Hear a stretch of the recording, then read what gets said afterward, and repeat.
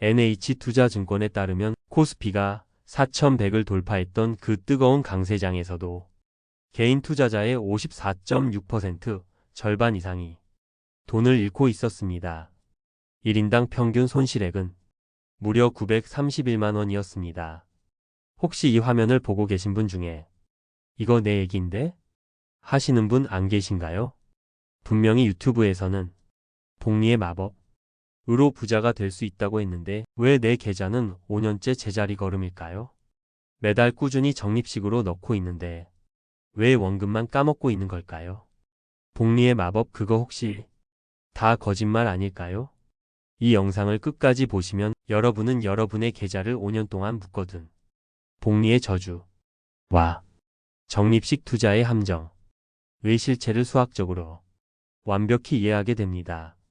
그리고 최악의 타이밍에만 투자하고도 백만장자가 된 사람의 실제 사례를 통해 이 저주를 풀고 당장 오늘부터 복리의 마법을 내 편으로 만드는 3가지 구체적인 실천 방법을 확실히 알게 됩니다. 첫 번째 질문부터 답을 찾아보죠. 왜 내 계좌는 오르락 내리락만 반복할까요? 그건 우리가 복리의 저주라는 착각의 늪에 빠져 있기 때문입니다. 한 투자 전문 블로그의 분석에 따르면 많은 투자자들이 복리의 치명적인 양면성을 간과합니다. 바로 손실에도 복리가 적용된다는 점입니다. 여기 평범한 직장인 김 과장이 있습니다. 그는 1,000만 원으로 2021년 모두가 열광하던 카카오에 투자해 첫 해에 50% 수익을 냈습니다. 계좌에 찍힌 1,500만 원을 보며 그는 생각했죠. 역시 복리는 마법이야. 하지만 다음 해 주가가 폭락하며 마이너스 50% 손실을 기록했습니다. 김 과장은 애써 태연하게 생각했습니다. 괜찮아. 50% 벌고 50% 잃었으니 본전이겠지?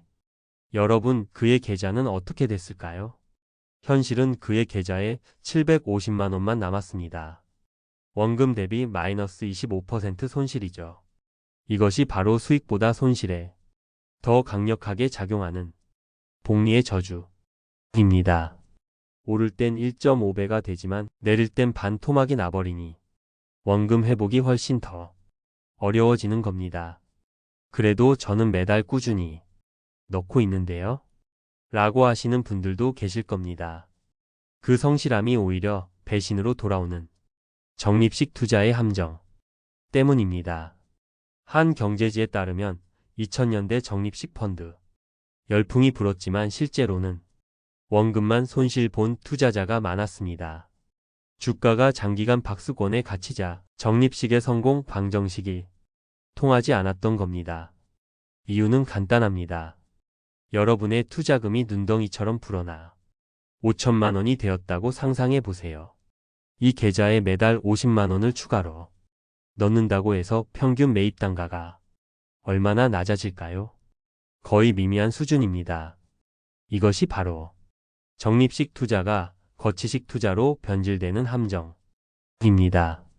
내 투자금이 커질수록 추가 납입의 물타기 효과는 사라지는 거죠. 결국 내가 처음 샀던 그 특정 종목, 2021년에 샀던 포스코홀딩스나 에코프로비엠이 오르지 않으면 아무리 성실하게 돈을 넣어도 계좌는 제자리에 머물게 되는 겁니다.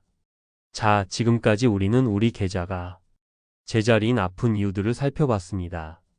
조금은 답답하고 낙담하셨을지도 모릅니다. 하지만 지금부터가 진짜 중요합니다. 이 저주를 풀고 나아갈 희망의 열쇠에 대해 이야기할 거니까요. KB자산운용의 한 칼럼에는 전 세계에서 가장 운이 없는 가상의 투자자 존의 이야기가 나옵니다. 그는 1987년 블랙먼데이, 2000년 닷컴 버블, 2007년 글로벌 금융위기, 그리고 2020년 코로나 팬데믹 직전, 즉 역사상 최악의 고점에만 S&P 500 인덱스 펀드를 샀습니다. 매번 그의 계좌는 마이너스 20%에서 마이너스 50%까지 처참하게 박살났습니다. 아마 보통 사람 같았으면 공포에 질려 모든 걸 팔아버렸을 겁니다. 하지만 그는 단 한 가지 원칙을 지켰습니다. 절대 팔지 않고 그대로 보유한다. 수십 년 후 은퇴 시점에 그의 계좌는 어떻게 됐을까요? 백만장자 우리 돈으로 13억이 넘는 자산가가 되어 있었습니다. 여러분이라면 이 상황에서 어떤 선택을 하셨을 것 같나요? 존이 앞서 말한 김 과장과 달랐던 점은 딱 두 가지였습니다. 첫째, 그는 개별 종목이 아닌 시장 전체를 샀습니다. 영원할 것 같던 대우그룹도 SK텔레콤도 무너질 수 있지만 미국 시장이라는 거대한 시스템은 온갖 위기를 극복하고 늘 우상향했습니다.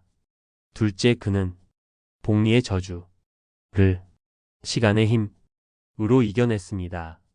단기적인 손실의 고통을 견디자 결국 복리의 마법이 저주를 이기고 그의 편이 되어준 것입니다. 이제 존의 이야기에서 얻은 교훈으로 여러분의 계좌를 깨울 3단계 실천 로드맵을 말씀드리겠습니다. 첫 번째, 종목이 아닌 시장을 사십시오. 지금 당장 여러분이 가진 종목들을 보며 냉정하게 자문해 보세요. 이 회사가 5년 뒤, 10년 뒤에도 살아남을 거라고 100% 확신할 수 있나요? 그 확신이 없다면 개별 종목에 대한 집착을 버리고 미국 시장 전체에 투자하는 S&P 500 ETF, 예를 들면 VO 같은 상품을 여러분 포트폴리오의 중심으로 삼으십시오. VO의 10년 연평균 수익률은 약 11%에 달합니다. 존처럼 최악의 타이밍에 들어가도 결국 시장은 당신에게 보답할 확률이 매우 높습니다. 두 번째, 감정이 아닌 시스템으로 투자하십시오. 공포에 팔고 환희에 사는 실수를 반복하지 않으려면 감정을 배제해야 합니다. 월급날 S&P 500 ETF를 매달 정해진 금액만큼 자동으로 매수하도록 증권사에 예약 주문을 걸어두세요. 이것이 바로 진짜 적립식 투자의 힘입니다. 실제로 칼럼에서는 만약 존이 같은 돈을 적립식으로 투자했다면 그의 자산은 2배인 200만 달러가 넘었을 거라고 말합니다. 의지가 아니라 시스템을 믿으셔야 합니다. 세 번째, 세금이라는 브레이크를 제거하십시오. 같은 투자를 해도 어떤 계좌에서 하느냐에 따라 결과는 하늘과 땅 차이입니다. ISA 계좌나 연금저축펀드를 반드시 활용하십시오. 이 계좌들은 수익에 대한 세금을 면제해 주거나 아주 낮은 세율을 적용해 여러분의 수익률을 가속시킵니다. 특히 연금저축펀드는 연말정산 시 최대 16.5%의 세금을 돌려줍니다. 이건 투자를 시작하자마자 16.5%의 확정 수익을 얻고 시작하는 것과 같은 엄청난 치트키입니다. 오늘 이야기의 핵심은 이것입니다. 복리의 마법은 거짓말이 아니었습니다. 다만 잘못된 종목 위에서는 저주로, 위대한 시장 위에서는 마법으로 작동했을 뿐입니다. 5년째 제자리인 당신의 계좌는 실패의 증거가 아닙니다. 이제는 방향을 바꿔야 한다는 가장 강력한 신호입니다. 세상에서 가장 운이 없던 투자자 존도 해냈습니다. 여러분이라고 못할 이유가 전혀 없습니다.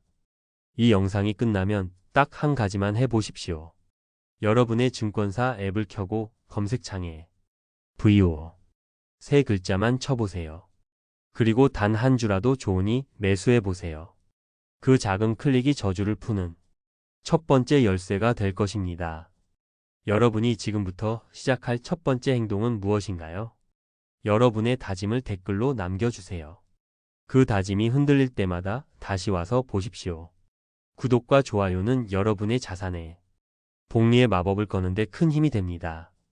당신의 돈이 잠자는 동안에도 일하기를 바라며 부자의 서재였습니다.